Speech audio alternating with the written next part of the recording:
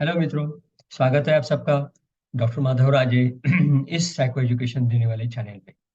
मैं हूं डॉक्टर माधव राजे, मैं साइकेट्रिस्ट हूं। और जैसे कि मैंने आपसे वादा किया था, ट्रांसपेरेंसी पार्ट वन आपने देख चुके होंगे। आपको कैसा लगा आप जरूर कमेंट में बताइएगा। अब आज ट्रांसपेरेंसी पार्ट टू के बारे में बात करेंगे। हाँ मित्रों, ट्रांसपेरेंसी पार्ट वन तो हो गया है। ट्रांसपेरेंसी पार्ट टू के बारे में बात करते समय में मैं ये अगेंस्ट में बात करने वाला हूँ। मतलब ट्रांसपेरेंसी मैरिज के बीच में रहने की कोई खास आवश्यकता नहीं है, ये मेरा मुद्दा है इस वीडियो में।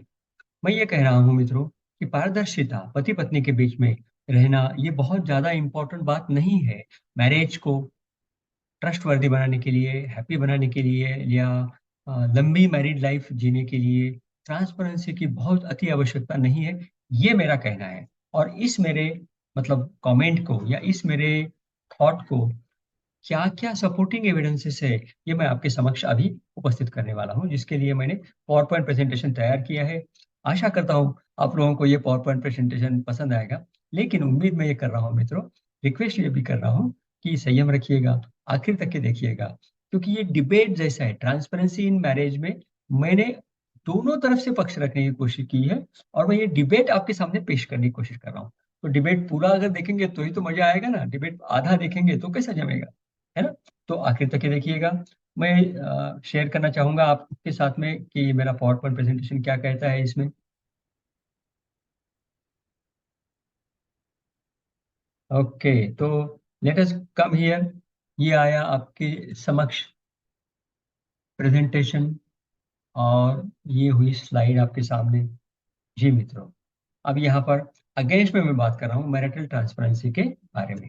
मतलब यहाँ हम ये कह रहे हैं कि मैरिटल ट्रांसपेरेंसी बहुत ज़्यादा इम्पोर्टेंट नहीं है।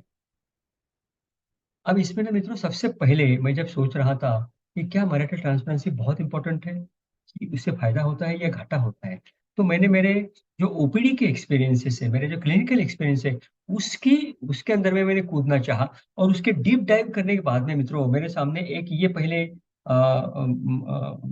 मौका आया कि मुझको मालूम हुआ कि अरे, ये एक ऐसा पॉइंट है जो मैं आपके सामने रख सकता हूँ। यंग गर्ल आई थी मेरे पास में, 22 साल की, उसका रिलेशनशिप है। और वो लड़की ने मुझको क्वेश्चन पूछा था मित्रों। वो मेरे पास में काफ़ी सालों से आती है और साइकोथेरेपी लेती है और कभी-कभार दवाइयाँ लेती है। दवाइयों में बहुत ज़्यादा विश्वास वो रखती नहीं और माँगती नहीं है दवाइयाँ। तो साइकोथेरेपी के लिए सिर्फ़ बात करने के लिए मेरे पास आती है। क्योंकि मैं सिर्फ़ बात करके भी लोगों की समस्याएँ दूर करने की कोशिश करता हूँ और लोगों को ठीक करता हूँ, सिर्फ़ बात करके, जिसको साइकोथेरेपी कहते हैं। तो ये यंग गर्ल मेरे पास में आई थी। एक बार उसने मुझको कहा, हालाँकि मुझको पता था कि उसके बॉयफ्रेंड्स है। तो एक दिन मुझको उसने बोला कि ये जो बॉयफ्रेंड मेरे पास में है, तो वो कह रही थी कि उसके पास में 2 बॉयफ्रेंड है और वो ये कह रही थी कि वो दोनों को बताती नहीं वो, कि वो दोनों को चला रही है। और उसने ये कहा बाद में कि कभी उन दोनों को भी शंका आती है, आशंका होती है कि वो दोनों को चला रही है और उसके लिए वो बहुत गुस्सा करते हैं, बहुत चिढ़ते हैं वगैरह-वगैरह। तो ऐसे समय में ट्रांसपेरेंसी अगर ये लड़की ने रखनी है उसके रिलेशनशिप में, बॉयफ्रेंड नंबर 1, बॉयफ्रेंड नंबर 2, क्या ये प्रैक्टिकली पॉसिबल है? ये प्रैक्टिकली पॉसिबल नहीं है। झगड़े हो जाएँगे और झगड़े हुए ही अंतिम में। मैंने उसे बताया था कि दोनों को एक में की बात बिल्कुल मत बताना। एक के सामने दूसरे का याद नहीं करना और दूसरे के सामने पहले की याद नहीं करना, अगर तुम ये रखना चाहती हो तो। मैं थोड़ी उसको कह रहा हूँ कि तुम बॉयफ्रेंड्स रखो या मल्टीपल बॉयफ्रेंड्स के साथ में अपनी दोस्ती रखो या रिलेशनशिप रखो। वो कह रही थी, वो उसका दिमाग है, वो उसका ब्रेन है जो उसे वो कर रहा था। और फिर उसको समस्या आती थी, तो वो समस्या के लिए हल ढूँढने के लिए वो मेरे पास आती थी। तो प्रैक्टिकली पॉसिबल नहीं है ऐसे व्यक्ति के लिए, जो यंग गर्ल है। इसी में मित्रों, आज ही हाल ही में मैंने एक पेशेंट को भी मैं डील कर रहा हूँ, बहुत होशियार लड़का है, 20-22 साल का ही लड़का है, ग्रेजुएशन कर रहा है, अभी पूरा ग्रेजुएशन हुआ नहीं है, इंजीनियर है, इंजीनियरिंग कर रहा है। और वो प्रभु रामचंद्र को मानने जैसा लड़का है। लेकिन उसके पहचान की, उसके जहाँ से वो आता है, उस प्रदेश की, मतलब आउट ऑफ महाराष्ट्र का है, उस प्रदेश की एक लड़की से उसकी पहचान थी। वो लड़की ने उसे कहा कि उसके किसी बॉयफ्रेंड ने उसको दगा दिया, तो वो बड़ी दुखी है और बड़ा रो रही है, शोक मना रही है उसके ब्रेकअप का। तो ये लड़का कूद पड़ा, जो मेरा क्लाइंट है, जो मेरा पेशेंट है, कि मैं तुम्हें मदद करता हूँ वगैरह-वगैरह, और उसको बहुत सारा प्रीच करता था वगैरह-वगैरह। उसके ऊपर में हालाँकि वो जान नहीं छिड़कता था, लेकिन फिर भी अटैच हो गया था।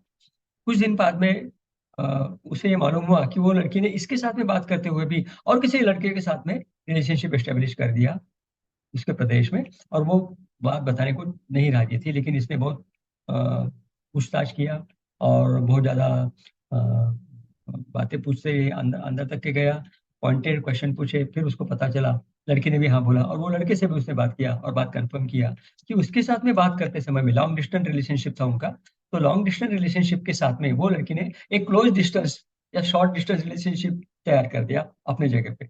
अब ये लड़की का मानस है, वो लड़की का चरित्र भी ऐसा था, लड़की का हिस्ट्री भी ये कहती है कि वो एक साथ में 2-3 बॉयफ्रेंड चलाती थी। अब वो इसको पता ही नहीं, लेकिन इसके वैसे ही ख्याल में आया बात करते करते। तो क्या ये प्रैक्टिकली पॉसिबल है ट्रांसपेरेंसी रखना? सच में ट्रांसपेरेंसी रखना ऐसे लोगों के लिए जिनके मल्टीपल पार्टनर्स हो, उनके लिए पॉसिबल नहीं। और मल्टीपल पार्टनर्स नहीं होने वाले लोग कोई कम नहीं है मित्रों। आप और मैं नहीं होंगे, लेकिन मल्टीपल पार्टनर्स रखने वाले लोग बहुत हैं। और मैं आपको ये बात बता दूं मित्रों, मैंने इसके पहले, बहुत पहले, पॉलीगैमी के ऊपर में एक वीडियो बनाया था। उसमें मैं मैरिज के बारे में बात कर रहा था। उसमें रिसर्च ने ये देखा था, ये मैं आपसे शेयर किया था, फिर से शेयर कर रहा हूँ, कि रिसर्च ये बताता है मित्रों कि एक अराउंड 70% रिलेशनशिप रहती है या मैरिज जो रहते हैं जिसमें पॉलीगैमी देखने को मिलती है। अनादिकाल से ये देखने को मिल रहा है पॉलीगैमी, मतलब एक के साथ में रिलेशन नहीं, सेक्सुअल रिलेशन नहीं, मल्टीपल रिलेशन। कम से कम दो लोगों के साथ में रिलेशनशिप रखते हैं ऐसे 70-80% लोग पाए जाते हैं, ऐसा रिसर्च में कहा था। अब आपको नहीं लगता है, मुझको नहीं लगता है, लेकिन रिसर्च तो ये कहता है ना। इसीलिए मैं ये रिसर्च के बेसिस पे आपको ये बता रहा हूँ मित्रों कि प्रैक्टिकली पॉसिबल नहीं ट्रांसपेरेंसी रखना किसी मैरिज रिलेशन में, मैरिज मैरिज रिलेशनशिप में, या रिलेशनशिप में, या लिव इन रिलेशनशिप में। और वो बेनिफिशियल तो बिल्कुल ही नहीं है, क्योंकि ये लड़के ने जैसे बताया झगड़े हो गए, है ना मित्रों। और एक वाकया बता रहा हूँ, ये हकीकत है मित्रों, जो मेरे साथ, मेरे ओपीडी में हुई है, मैं आपसे शेयर कर रहा हूँ। डॉक्टर हूँ मित्रों, बहुत बहुत सी बातें मुझको मालूम होती है। किसी के बारे में बताना ठीक नहीं है, इसलिए सारी बातें गुपित रखते हुए सिर्फ वाकया बता रहा हूँ। एक कपल मेरे पास में आए थे मित्रों, हस्बैंड वाइफ, दोनों भी 55 साल के ऊपर के थे। और दोनों ने आने के बाद में मुझको ये क्वेश्चन पूछा, दोनों अपने अपने उपस्थिति में, दोनों मेरे समक्ष बैठे हुए थे, और शायद हस्बैंड ने या वाइफ ने, किसी ने, मुझको याद नहीं है, कई साल पहले की बात है, मुझको क्वेश्चन पूछा, डॉक्टर साहब क्या ये ठीक है कि हम दोनों एक्स्ट्रा मैरिटल रिलेशनशिप करें? मैं हक्का बक्का रह गया। हस्बैंड और वाइफ आमने सामने, मैं उनका डॉक्टर, साइकेट्रिस्ट, साइकोथेरापिस्ट, डायरेक्ट पूछ रहे हैं कि क्या हस्बैंड एक्स्ट्रा मैरिटल रिलेशनशिप रखे, जो कि वाइफ को मालूम होगा, और वाइफ एक्स्ट्रा मैरिटल रिलेशनशिप रखे जो कि हस्बैंड को मालूम होगा। क्या जवाब देना चाहिए मैंने? मित्रों ऐसे मौके पे मैं अपने जेब से कोई जवाब नहीं देता हूँ। मेरी खुद की पॉइंट ऑफ व्यू या मेरा खुद का ओपिनियन मैं कभी नहीं बताता हूँ। उसके लिए मैं काम नहीं करता हूँ मित्रों। मैं कुर्सी पे बैठता हूँ, एक्सपर्ट की भूमिका निभाता हूँ। तो इसमें रिसर्च है मित्रों, वो रिसर्च ये कहता है मित्रों कि ये ठीक नहीं है। एक्स्ट्रा मैरिटल रिलेशनशिप ये कभी भी बायोलॉजिकली एक्सेप्टेबल नहीं होती, और वो वायबल भी नहीं होती। उसका कारण ऐसा है मित्रों, क्योंकि ये जो रिलेशनशिप्स होते हैं, ये आपके मन को भी कुरेदते हैं, और आपका जो मन है वो बड़ा व्यथित होता है, या मन में कई जगह आघात होते हैं, आहत होती है, जिसके कारण स्वाभाविक और सामान्य और स्वस्थ मन नहीं रहता। तो आप अपने वाइफ के साथ में भी और अपने एक्स्ट्रा मैरिटल रिलेशनशिप के साथ में भी सामान्य रूप से स्वस्थ रिलेशनशिप नहीं मेंटेन कर सकते। ठीक है मित्रों। और वैसे भी समाज भी इसकी मान्यता नहीं देता, धर्म भी इसकी मान्यता नहीं देता, और आपका बायोलॉजिकल जो फिजिकल है, फिजिक है, और माइंड है, वो भी उसको समझ नहीं सकता। इसीलिए ये सारी बातें, मतलब ये एक्स्ट्रा मैरिटल रिलेशनशिप या मल्टीपल रिलेशनशिप डेफिनेटली काम की नहीं आती, डेफिनेटली अनहेल्दी है। इसमें तो कोई दो बात नहीं है। ये बात मैं तब भी बताया था मित्रों, आज फिर से मौका आया इसलिए आपको बताया। इसलिए मेरा पॉइंट ये है मित्रों कि ट्रांसपेरेंसी का, बोलते ना, बहुत बड़ा ऐसा बैंड बजा करके कुछ खास मिलने वाला नहीं है। क्यों ट्रांसपेरेंसी का बैंड बजाते हैं लोग? इसलिए ना कि ट्रस्ट बना रहे, इसलिए ना कि आपसी भाईचारा बना रहे, प्यार मोहब्बत बनी रहे। प्यार मोहब्बत बनी रहने के लिए ट्रांसपेरेंसी के अ, कड़ियों में बांधने की क्या जरूरत है? उसकी बेड़ियों में बांधने की क्या जरूरत है? एक में को धौंस देने की क्या जरूरत है? आप मुझसे ट्रांसपेरेंस रहिए, या तो मैं ऐसा करूंगा या करूंगी, इसकी क्या जरूरत है ना? मतलब ये मुझको ऐसा लगता है, ये मेरा पहला पॉइंट है मित्रों, ट्रांसपेरेंसी की बहुत ज्यादा जरूरत शादी में नहीं है, ये बताने के लिए। अगला पॉइंट बताने की कोशिश कर रहा हूं मित्रों, देखिएगा। हालांकि मेरी जो बात है इसको कार्ल स्नाइडर, ये साइकेट्रिस्ट है, इन्होंने भी सपोर्ट किया है। ये मैं आपका, कार्ल स्नाइडर का ये साइकेट्रिस्ट है, और इनका जो सपोर्ट है मेरी बात को मैं सिर्फ बताने की कोशिश कर रहा हूँ आपको। उनका भी ये कहना है कि रिलेशनशिप, ये प्राइवेसी जो है रिलेशनशिप में ये बड़ी इंपॉर्टेंट है। अगर आप ट्रांसपेरेंसी रखेंगे 100% या 95% से ज्यादा, तो वो प्राइवेसी ब्रेक हो जाती है। और अगर प्राइवेसी ब्रेक हो जाए तो वो आपको बहुत ज्यादा इंटीमेसी और क्लोजनेस लाने में काम नहीं करती। आप शेयर करिए, लेकिन सारी की सारी बातें शेयर नहीं कर सकते। और उनका ये भी कहना है मित्रों कि ऑनेस्टी स्पाउस के बीच में जो रहती है, इसका मतलब ये नहीं कि वो हर एक बात, यहाँ देखिए ये कह रहे हैं स्नाइडर, इसको जोरा दे रहे हैं, हर एक बात आप अपने पार्टनर को बताने की जरूरत नहीं। आपके फंटासी, आपके डर, आपके ड्रीम्स, आपके थॉट, सारी की सारी बातें एक मेरे को बताने की क्या जरूरत है। ऐसा ये भी कह रहे हैं मित्रों, ऐसा नहीं कि मैं अकेला कह रहा हूँ। मतलब मैं जो कह रहा हूँ वो रिसर्च बेस है, इसलिए आपके समक्ष प्रस्तुत कर रहा हूँ। मेरा दूसरा पॉइंट ये है मित्रों कि ट्रांसपेरेंसी ये बायोलॉजिकली सपोर्टेड नहीं होती। मतलब मैं ये कह रहा हूँ मित्रों कि देखिएगा, ट्रांसपेरेंसी का क्या मतलब होता है? शेयर करना, या अंदर की बात बाहर बताना, या सारी बातें एक मेरे को मालूम होना चाहिए। अब आमतौर पे जो मेन रहते, मतलब मेल रहते, वो उनका लेफ्ट हेमिस्फीयर ज्यादा काम करता है, डोमिनेंट रहता है, ये बायोलॉजिकल इंफॉर्मेशन मैं आपको दे रहा हूँ। और जो फीमेल रहती है उनका राइट हेमिस्फीयर ज्यादा काम करता है। लेफ्ट हेमिस्फीयर का मतलब होता है प्लानिंग करना, कैलकुलेशन करना, एग्जीक्यूट करना, एम्बिशन रखना। ये लेफ्ट हेमिस्फीयर का काम होता है, जिसमें भावना का बहुत ज्यादा स्रोत नहीं होता। और राइट हेमिस्फीयर जो महिलाओं में ज्यादा डोमिनेट होता है, उसका मतलब है कि भावना के साथ में काम करना, कल्पना करना, इनोवेशन करना, क्रिएटिविटी करना, और भावना के साथ में ही सारी चीजों को मद्देनजर रखना, ये होता है फीमेल का। तो फीमेल का नजरिया भावना से भरा हुआ रहता, और मेल का नजरिया भावना से भरा हुआ नहीं रहता, व्यवहारिक चीजों से भरा हुआ रहता।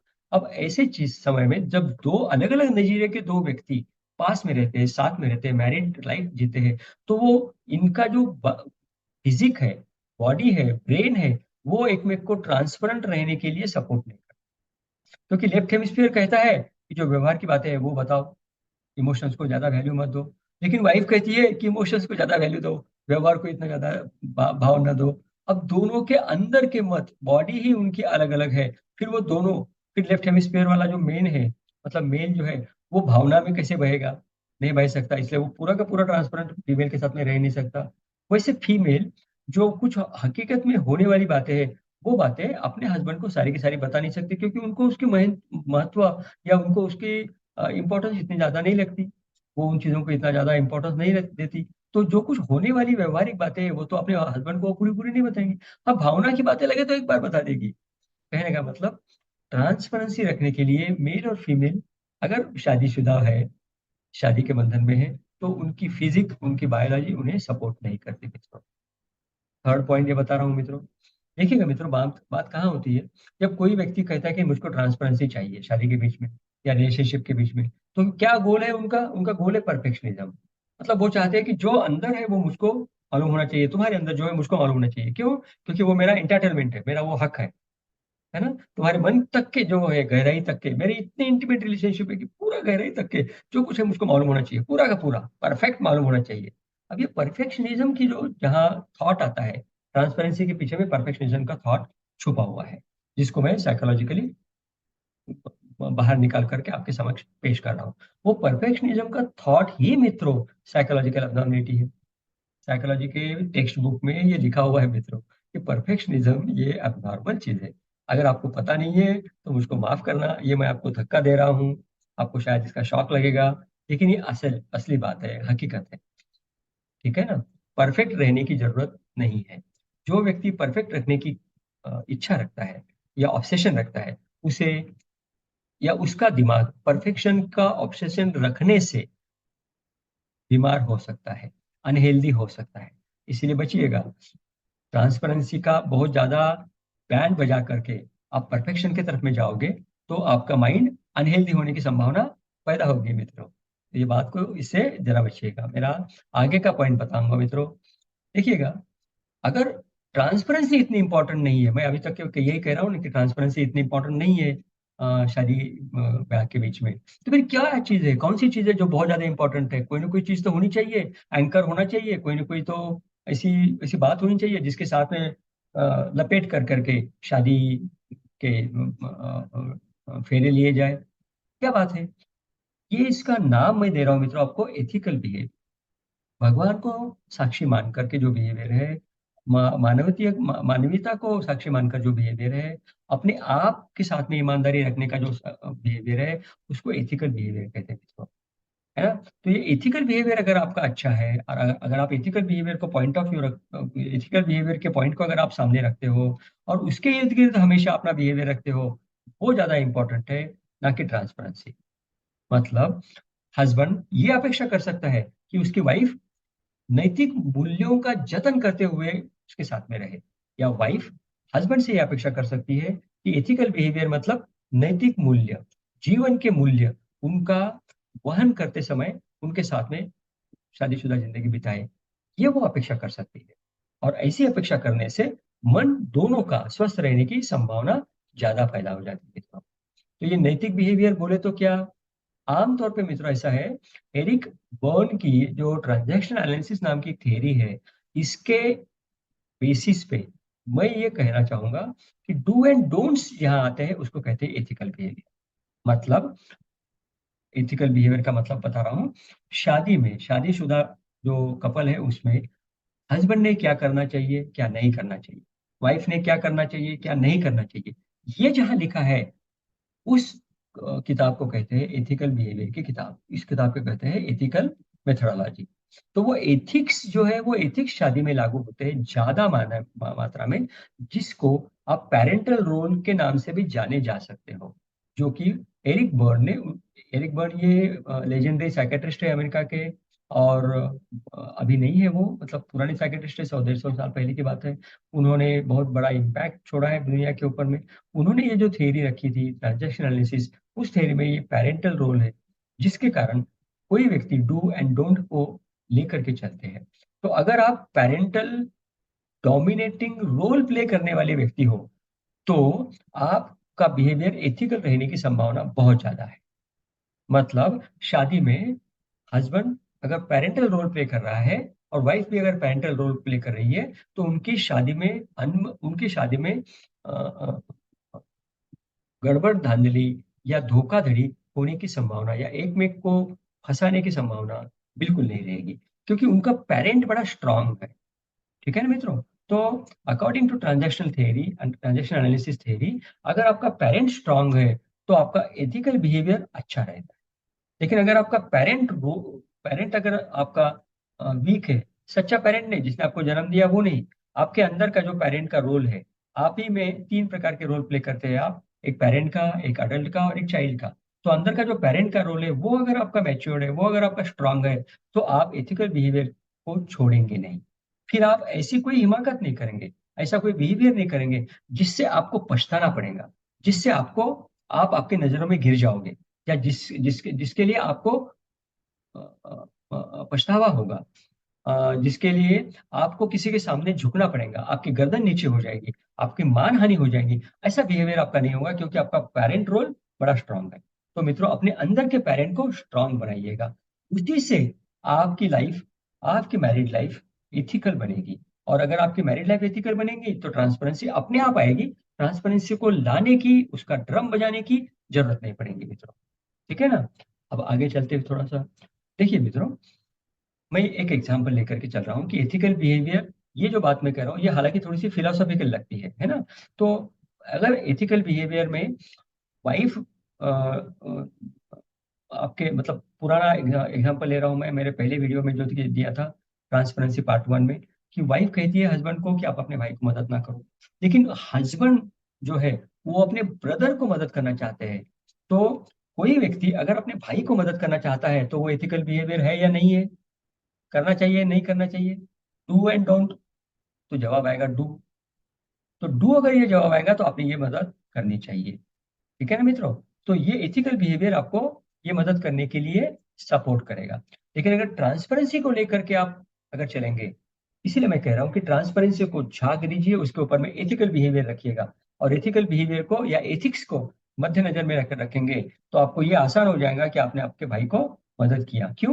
क्योंकि एथिक्स कहते हैं, नीतिमत्ता कहती है, सामाजिक मूल्य कहते हैं, इसलिए आपने वो मदद आपके भाई को किया।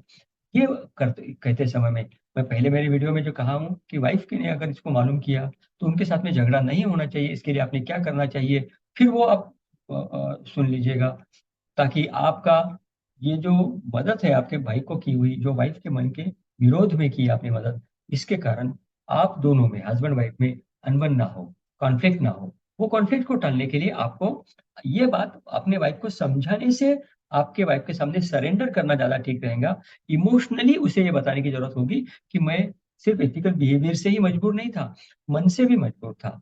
मेरा मन, मेरी आत्मीयता, मेरा अपनापन, भाई का प्यार मुझको मजबूर कर रहा था, ये बताना पड़ेगा मित्रों। फिर आपका ये एथिकल बिहेवियर और आपका जो बात करने का ढंग है, उसके कारण आपके मैरिज में कोई पखेड़ा खड़ा खड़ा नहीं होगा, कोई अनबन खड़ी नहीं होगी। तो मित्रों, ट्रांसपेरेंसी को अगर नहीं रखेंगे, क्योंकि मैं अगेंस्ट में बात कर रहा हूँ, तो ट्रांसपेरेंसी को अगर नहीं रखेंगे तो क्या सॉल्यूशन है? सॉल्यूशन आएगा एथिकल इवैल्यूएशन से, एथिकल इवोल्यूशन और एथिकल इवैल्यूएशन से। हर कोई बिहेवियर आपका, हर कोई कार्य आपका, वो एथिकली करेक्ट है या नहीं है, ये खुद को पूछिएगा। अगर आपको लगेगा कि ये एथिकली करेक्ट है तो आगे जाइएगा और वो बिहेवियर आप कर सकते हो। ठीक है ना? तो आपके वाइफ के साथ में भी आपका जो बिहेवियर होगा, और अगर आप वाइफ हो तो आपके हस्बैंड के साथ में आपका जो बिहेवियर होगा, वो एथिकली करेक्ट होना चाहिए। इसकी खबरदारी लीजिएगा। ठीक है मित्रों, थैंक यू सो मच, आपने अब तक के ये वीडियो देखा और इसके ऊपर में आप भी सोच रहे होंगे मेरी बात सुनते सुनते, या मेरी बात सुनना खत्म होने के बाद में आप सोचना चालू करेंगे, इसकी संभावना है। अगर आप सामान्य हो, मन से स्वस्थ हो, तो मेरी बात, ये वीडियो खत्म होने के बाद में आप सोचना चालू करोगे या आपके मन में विचार आने लगेंगे। इसलिए पहले ही से कह रहा हूँ मित्रों, बहुत ज्यादा मत सोचो। बहुत ज्यादा सोचने से जो आपके जीवन में, वैवाहिक जीवन में प्रॉब्लम नहीं होगा, तो आप प्रॉब्लम खड़ा कर दोगे। इसीलिए बिल्कुल नहीं सोचना। मेरा वीडियो समझने के बाद में, सुनने के बाद में सिर्फ इतना याद रखिएगा कि आपको एथिकली, मतलब आपको जीवन मूल्य और नीतिमत्ता को मद्देनजर रखते हुए शादी में रहना चाहिए। बस इतनी सी बात है।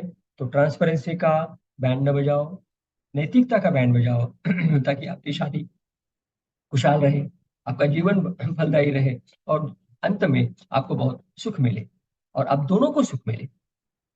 सो इन्हीं शब्दों के साथ में इस ट्रांसपेरेंसी पार्ट 2 वीडियो को मैं विराम देता हूँ। Thank you so much.